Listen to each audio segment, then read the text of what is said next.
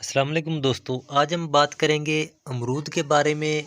आपको अमरूद के ऐसे कमाल के फ़ायदे बताएंगे कि आप जानकर हैरान रह जाएंगे, और इसको इस्तेमाल करने का सही तरीका, और आप इसके साथ एक चीज़ मिलाकर इस्तेमाल करेंगे तो इसके फ़ायदे दुगने हो जाएंगे।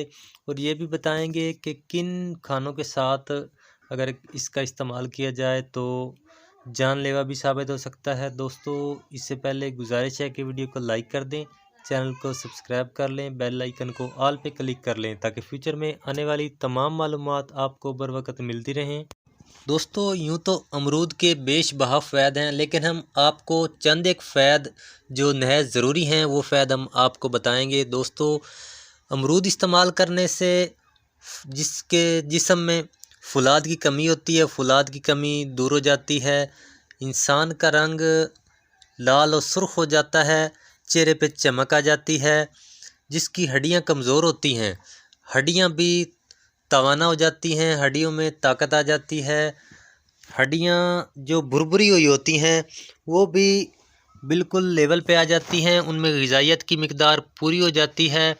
जिन हज़रात की हड्डियां कमज़ोर हैं वो रोज़ाना अमरूद इस्तेमाल, जिन हज़रात को कब्ज़ रहती हो पुख्ता अमरूद की चाट बनाकर इस्तेमाल करें।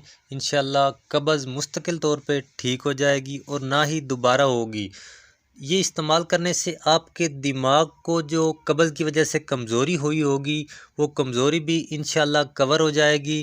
और दोस्तों, जिन हज़रात को खांसी रहती हो वो अमरूद इस्तेमाल करें, लेकिन जिस वक्त चाट बनानी है उस वक्त आपने कोई खटाई लीमू वगैरह इसमें नहीं डालनी। जिन हज़रात को खांसी रहती है इंशाअल्लाह ठीक हो जाएगी।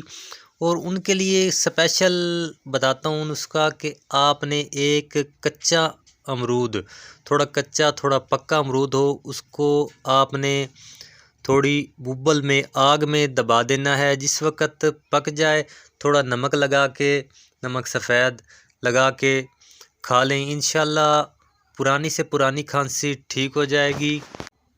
दोस्तों, दूध के साथ या चाय के साथ आपने अमरूद हरगिज़ नहीं इस्तेमाल करने। और जिन हज़रात को दर्द गुर्दा है, ये गुर्दे में पथरी है, वो भी अमरूद इस्तेमाल ना करें। कुछ पूछना चाहें कमेंट सेशन में पूछ सकते हैं। मिलते हैं नई वीडियो में नई मालूमात के साथ, तब तक के लिए अल्लाह हाफ़िज़।